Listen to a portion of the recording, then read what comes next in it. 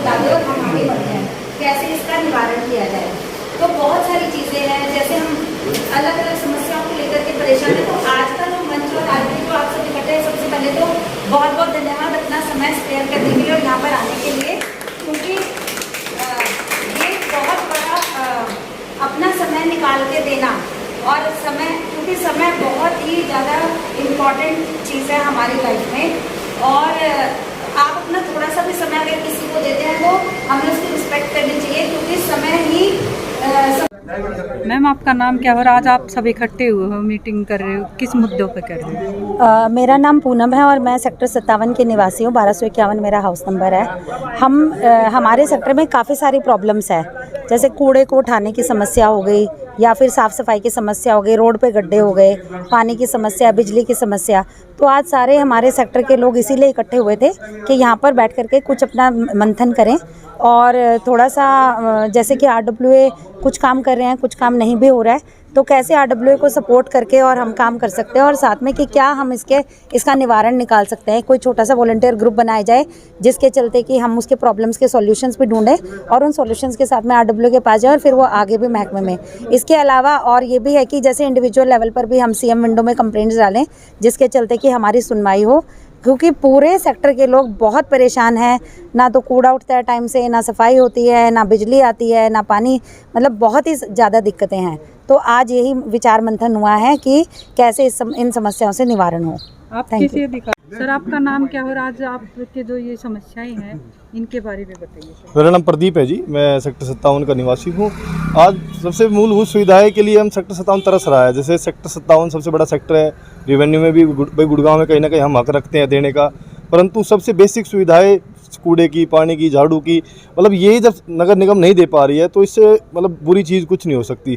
दूसरी बात, हम बार बार अधिकारियों के पास जाते हैं, नहीं सुनते हैं। तो हम ये चैलेंज आपके माध्यम से कहना चाहते हैं अधिकारियों को और सरकार को भी कि हम जब सरकार बनाना जानते हैं या अधिकारियों को पोस्टिंग पे लाना जानते हैं तो उसको हटाना भी जानते हैं। दूसरी बात यह है कि अधिकारी यदि हमारी नहीं सुनता है तो हम जाके नगर निगम दफ्तर में उसको जाम करेंगे, फिर उसको एंट्री नहीं करने देंगे सुबह, क्योंकि जब हमारी नहीं सुनते किस लिए नौकरी कर रहे हैं, हमारे लिए नौकरी कर रहे हैं। जब हमारी मूलभूत सुविधा पूरी नहीं कर पा रहे हैं तो और ये सारे समस्या के लिए खड़े हैं, तो किसी के यहाँ घर कोई प्रोग्राम नहीं है, यहाँ अपने अधिकार लेने के लिए खड़े हैं। और आप ये सोचो कि सब जो आदमी है, जो हमारे सेक्टर वासी है, नौकरी पेशे वाले आदमी, ड्यूटी वाले आदमी है, और छोटी छोटी सुविधाओं के लिए हम तरस रहे हैं। मतलब बड़ी शर्म की बात है, अधिकारी तो अपने AC में बैठ के सो जाते हैं, यहाँ घर में पानी नहीं आता, लाइट नहीं आती, या फिर हमें अधिकारी कह दे, या मजबूरी ये है कि हमारा कोई लीडर नहीं है, वरना क्या काम ना हो। काम तो आप जाके देखो कि कराने वाले कराते भी हैं, परंतु हम चैलेंज कर रहे हैं नगर निगम को, क्या तो हमारा काम कर दो, वरना फिर हम अपने उग्र रूप में आएंगे। उल्टा सिटी सही जाम करना पड़ो, मेट्रो जाम करनी पड़ो, से हमें रोड जाम करना पड़ो, हम अपना अधिकार लेके रहेंगे। छोटी छोटी चीज़ों के लिए हम बार बार अधिकारी के पास जाते हैं, नहीं सुनते। उनकी इतनी हिम्मत है जो हमारी काम ना सुने, और आपको सारी समस्या हमारा सेक्टर वासी, अरे जब सबसे मूलभूत सुविधा झाड़ू है जी, यही नहीं लगता तो हम क्या करेंगे। और एक मतलब 1.5 करोड़ रुपये, 1.5 लाख रुपये गज जमीन है, कोई हमें खराद में नहीं दे रखी है, फ्री में नहीं दे रखी है। हम इतनी मशीन मतलब पसीने की कमाई से यहाँ बनाया है, और उसमें भी जब आदमी तरसे ये सोचता है कि गांव में आ गए, अरे इतने गड्ढे पड़ रहे हैं, शर्म आनी चाहिए अधिकारियों को खुद। मैं फिर निवेदन करता हूँ मीडिया के माध्यम से, या तो हमारी आवाज़ सुन ले, वरना फिर हम अपना उग्र रूप दिखा देंगे। और हमारे सेक्टर 57 में रहते हैं सभी जो निवासी, ये आज इकट्ठा हुए हैं कि हमारी सबसे बड़ी समस्या सब बता चुके हैं, कूड़े की है। और कूड़े की भी मैंने व्हाट्सएप ग्रुप बनाया था केवल फैसिलिटी मांग करने के लिए, इम्प्रूवमेंट कराने के लिए, और ताकि हम अवेयर होकर के ये मांग अपनी ले सकें हम। उसमें सबसे पहली समस्या यही थी कूड़े की। कूड़े का जो डंप करने का जो सरकार ने जो भी ठेकेदार कोई भी बना रखा है, वो हमारे साथ बदतमीजी कर रहा है, ना कूड़ा उठा रहा है। 10 दिन का कूड़ा घरों में पड़ा हुआ है, और जब उसके इंडिविजुअल हम एक एक आदमी जाकर उससे बात करते हैं तो वो अपनी दादागिरी पे आ जाता है। और RWA का ही वो उठाया हुआ आदमी है, उनका किसी परिचित आदमी है, और वो इसलिए दादागिरी कर रहा है। ये व्हाट्सएप ग्रुप मैंने इसलिए बनाया, टेलीफोन पे किसी एक ओनर को, जिसका हाउस है, जो मेंबर है, उसको धमकी दे रहा है टेलीफोन पे, कूड़ा नहीं उठा रहा, 100 रुपये हम दे रहे हैं हर महीने, 10 दिन भी नहीं आता उठाने के लिए, और हम पूरे 30 दिन का पैसा लेता है। तब मैंने एक ग्रुप बनाया था, और हमारी ये अब प्रदीप जी बता चुके, अगर हमारी मांग ठीक से नहीं मानी गई तो मैंने कहा था प्रदीप जी को कि जब सुबह 9:30 बजे ऑफिसर लोग अपने दफ्तर में आना शुरू होते हैं, हम उनके बाहर उनका रास्ता रोकेंगे। इस दफ्तर में बैठने का फ़ायदा क्या है तुम्हारा? जब हमारा काम ही नहीं कर रहे हो तो इस दफ्तर में आके तुम्हारी जरूरत क्या है फिर? हमारा दावा है, हम उनका काम रोकेंगे, दफ्तर में आने से बंद करेंगे, ताकि वो दफ्तर में बैठ के काम ही नहीं करते तो आते क्यों दफ्तर में? सवाल ये है कि आपने इतनी सारी शिकायतें जो है अधिकारियों को दी, क्या कोई मौके पर अधिकारी पहुंचा नहीं? प्रदीप जी बताओ आप, इतनी शिकायत देने के बाद कोई आया? कोई अधिकारी नहीं आता है। पूनम जी एडवांस ऐसा है 2004 में ये सेक्टर हुडा से अलॉट हुआ था। ये गुड़गांव का लास्ट सेक्टर है। इसमें जो है टोटल घर 6284 हैं, जो कुछ अंसल के मिलाकर, हुडा के मिलाकर। यहाँ पर कोई भी आदमी ऐसा नहीं है जो अपना टैक्स पे नहीं कर रहा हो। सारी टैक्स पे करने के बाद में जो हम लोग यहाँ से गए थे RWO के साथ, एक्शन से मिले थे। एक्शन ने जो है मेन रोड के लिए जो बूम प्लाजा से IOC पेट्रोल पंप को ज्वाइन करता है, उसके लिए एश्योरेंस दिया था उसने हमारे सामने SDO को बुला के कि इसका जो है 15 दिन में टेंडर हो जाएगा। बाकी जो अप्रोच रोड है उसके लिए थोड़ा समय लगेगा, और जो उनका एस्टीमेट जो JE और SDO ने बताया था लगभग 10 लाख से नीचे है, जो कि एक्शन की पावर होती है। परंतु उस बात को भी लगभग अभी 3 महीने हो गए, उसका कोई एक्शन नहीं हुआ है। सबसे जो मेन जो प्रॉब्लम है जो अभी इस 3-4 महीने से फेस कर रहा है, वो जो है गार्बेज की है, लाइट की है, पानी की है।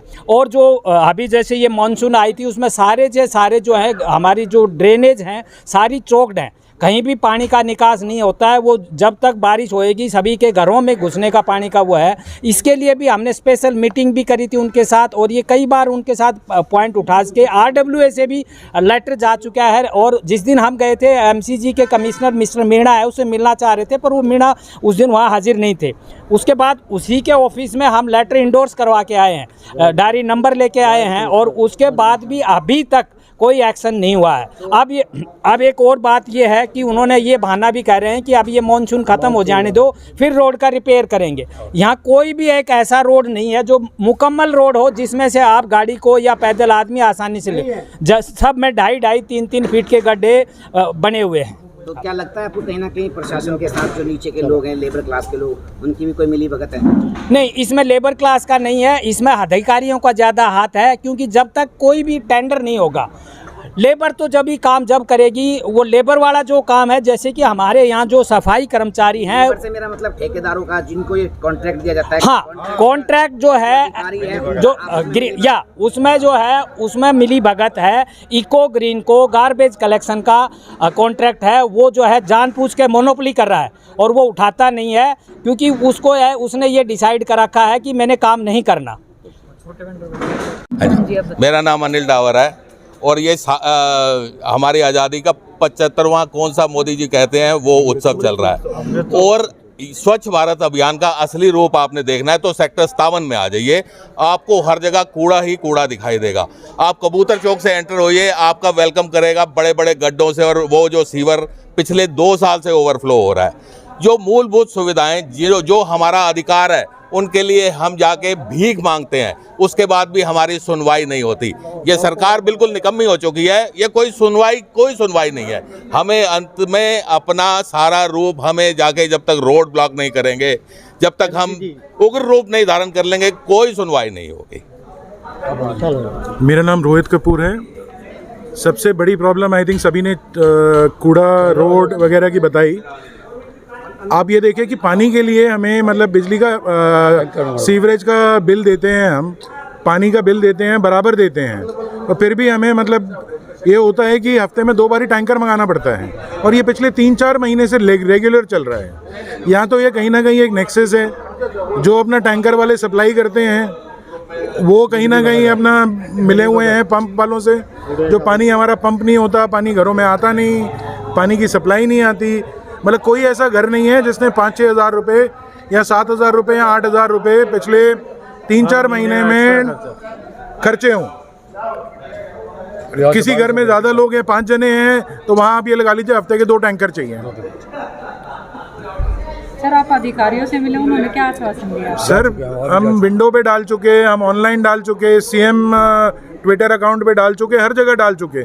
फ़ोन पे अपना कंप्लेंट लॉग कर ले, 3 दिन बाद 4 दिन बाद वो आपकी कंप्लेंट सॉल्व हो गई है। प्रॉब्लम सॉल्व नहीं होती, पर वो आज मैसेज आया था जी आपकी कंप्लेंट क्लोज हो गई, क्लोज हो जाती है। ये हम यहाँ पे हम सब लोग अपनी सुविधाओं के लिए जो प्रॉब्लम सेक्टर 57 में आ रही है, खड्डों की है, कूड़े की है, और ये पानी का निकास नहीं है। बहुत बुरा हाल सेक्टर का 57 का हुआ पड़ा है। यहाँ गांव से भी बदतर कंडीशन हुई पड़ी है कई सड़कों के, जहाँ से निकलना ही भारी पड़ता है। हमने करीब 3 महीने पहले एमसीजी ऑफिस, हाँ जी 3 महीने पहले एमसीजी ऑफिस गए थे आरडब्ल्यूए के लेटर्स के साथ, जिसमें प्रॉब्लम्स को एक्सप्लेन किया था। और कहीं ना कहीं कमिश्नर साहब नहीं मिले तो जॉइंट कमिश्नर को मिले। उन्होंने ये आश्वासन दिया कि 15 दिन के अंदर आपके ये प्रॉब्लम्स की कार्रवाई स्टार्ट हो जाएगी। आज 2.5 महीने से ऊपर हो गए हैं, उसका रिज़ल्ट 0 है, अभी तक कोई रिज़ल्ट नहीं है। अल्टीमेटली यहाँ पे लोग बहुत परेशान हैं, जैसे प्रदीप जी ने भी बोला और लोगों ने भी बोला। अल्टीमेटली अब लोग इतने परेशान हो चुके हैं कि कहीं ना कहीं हम लोग एमसीजी ऑफिस जाएंगे और वहाँ पे और कहीं ना कहीं हम अपनी अधिकारियों को काम करने के लिए ना करने के लिए विवश करेंगे, और ताकि हमारी प्रॉब्लम्स की सुनवाई हो।